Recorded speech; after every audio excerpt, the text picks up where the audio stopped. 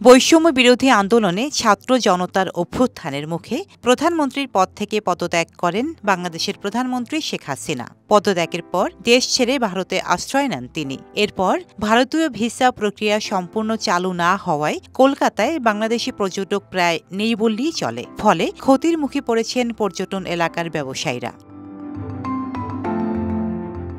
অথচ আওয়ামী লীগ সরকারের পতনের আগে বাংলাদেশি পর্যটকদের পদচারণায় মুখর থাকত কলকাতার নিউ মার্কেট, মার্কুইজ স্ট্রিট এলাকা। কেনাকাটা, মেডিকেল, পর্যটন সব মিলিয়ে সারা বছর ভিড় লেগেই থাকত বাংলাদেশি পর্যটকে।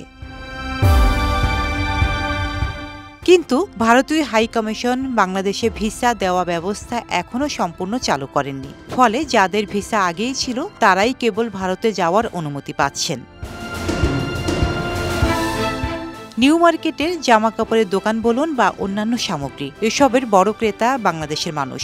বর্তমানে পর্যটন এলাকায় এসব দোকানিদের বিক্রি প্রায় কমে গেছে 60%। বাংলাদেশিরা মূলত কলকাতায় মার্কুইজ স্ট্রিট এলাকার হোটেলগুলোতে থাকেন। হোটেল, খাবারের দোকান বা এই রাস্তার সবকিছুই বাংলাদেশি পর্যটক কেন্দ্রিক। করোনার সময় যেমন বাংলাদেশি পর্যটক যাওয়া বন্ধ হয়ে গিয়েছিল, গত এক মাসে বাংলাদেশের রাজনৈতিক পট পরিবর্তনের জেরে আবারও আগের সেই অবস্থাতেই পৌঁছেছে। এদিকে বহু মানুষ বাংলাদেশ থেকে চিকিৎসা নিতে যান কলকাতায়। গত এক মাসের তুলনায় এখন সেখানে বাংলাদেশি রোগীর সংখ্যাও 1/3 কমেছে। ডেস্ক রিপোর্ট, সাম্প্রতিক দেশকাল।